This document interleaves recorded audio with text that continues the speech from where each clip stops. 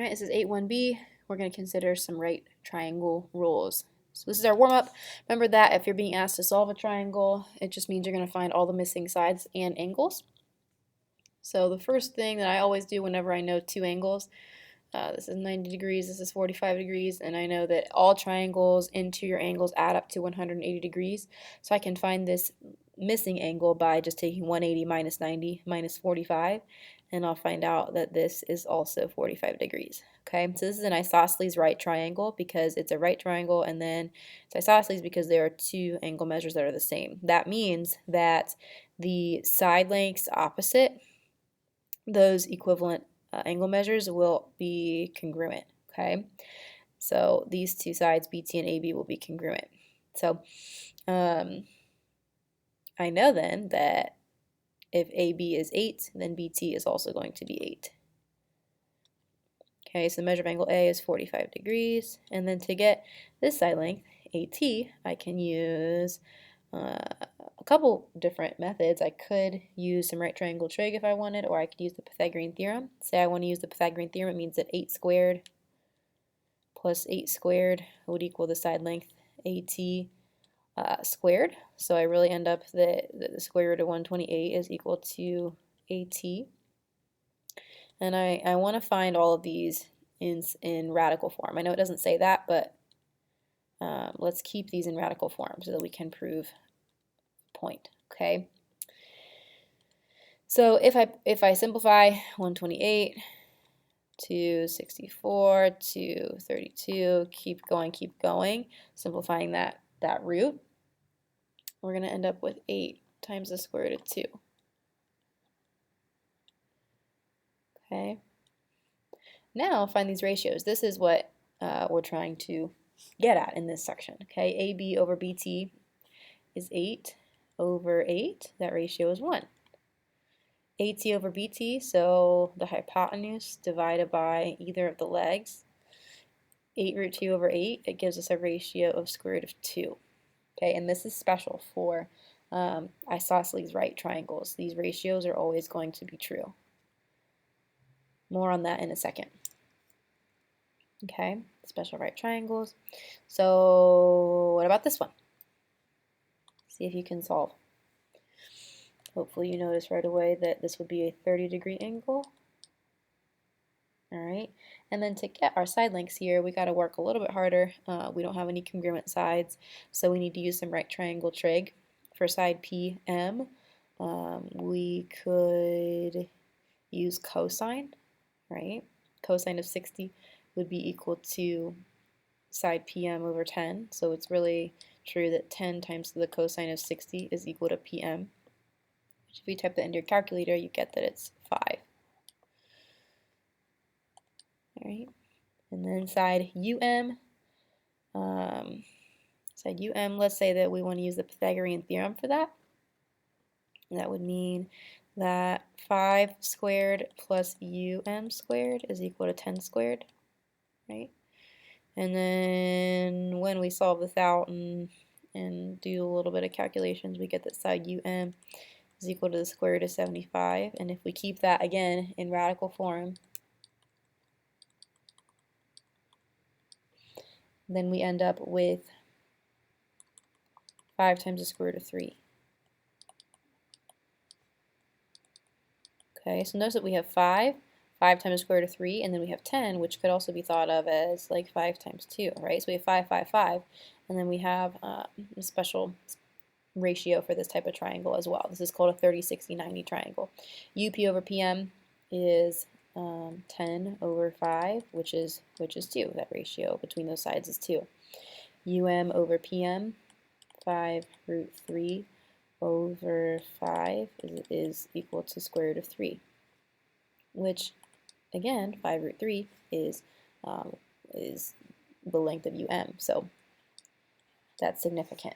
Okay, and this all ties into this idea of special right triangles. Okay, 45, 45, 90 triangles and 30, 60, 90 triangles always have side lengths with these ratios. Okay, so there's always a shortest side. Okay, the shortest side is across from the smallest angle. and then the other leg in this 30, 60, 90 triangle is equal to that smallest leg multiplied by the square root of 3. And the hypotenuse is always equal to that smallest leg doubled. And then 45, 45, 90, our legs are equal, and then the hypotenuse is equal to the leg length times the square root of 2. Okay, and so these relationships can help us solve triangles that fall into these categories. Okay, so say that we're trying to find A and B here. We have a 30, 60, 90 triangle and a 45, 45, 90 triangle, and we want to write our answers in exact radical form. So let's work with finding side A first. All right. So which of these side lengths in this 30, 60, 90 triangle, which of these is going to be the shortest? It's going to be this one, right? It's across from the 30-degree angle. So looking back at this, right, our smallest angle is across from the 30, and then the other leg is equal to the square root of 3 times that. And then our hypotenuse is equal to double. Okay, so what we've done here is we've created a couple of equations. Okay, 2x equals 5. This is all, we're kind of relating it to this mystery third side that we don't actually need to know.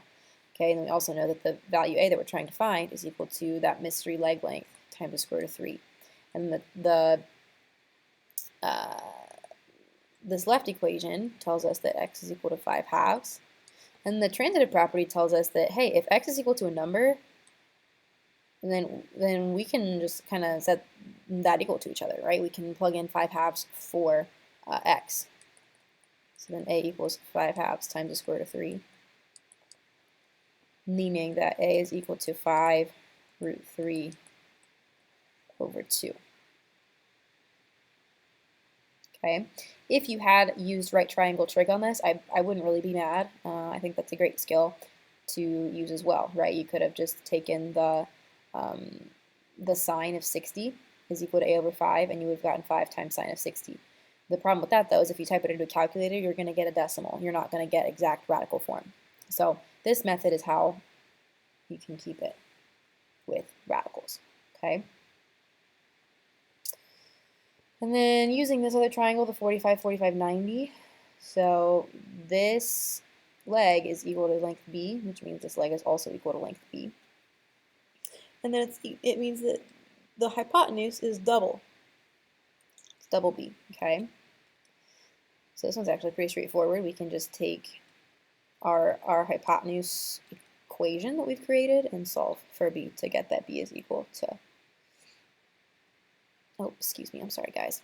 This is not equal to double. This is equal to the square root of 2 times B. Not bad. Okay.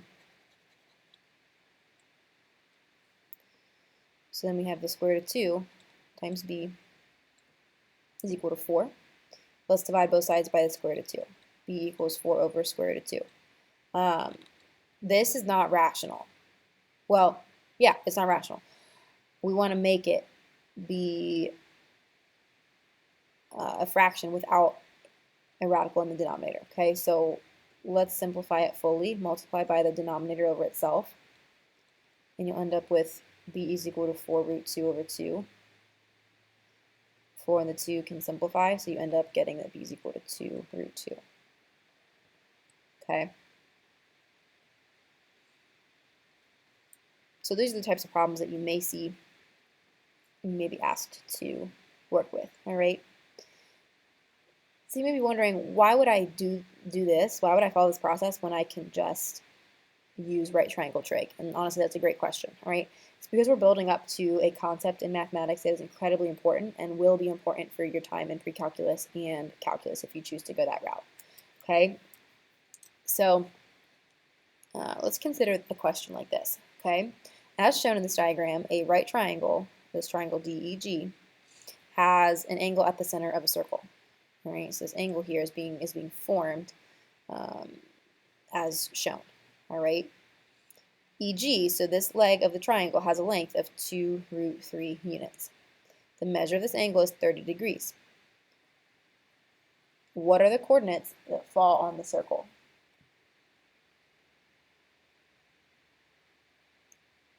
See what you can do with this for a second. Okay, maybe you notice that this side right here, DG, this is going to be your shortest side. Call it, I don't know, maybe M. Okay, meaning your other leg is going to be M times the square root of 3, and your hypotenuse here is going to be double that length of the shortest leg. Okay, those are the right triangle rules that we just looked at. So what is M then? If we know that 2 root 3 is equal to M root 3, well, M is equal to 2, right? Meaning that this leg length over here is equal to 2. So if we're trying to figure out the coordinates of this point up here, this height that we just found, that's our y value. What's our x value? What's our x value here? Notice that this leg, the length is given, so it's 2 root 3. So our coordinates here are 2 root 3 comma 2. Okay, just a way to get your brain thinking. This will be super important in the next section that we will, well, the next few sections that we will look at. Okay, look at your practice. Let me know what questions you have.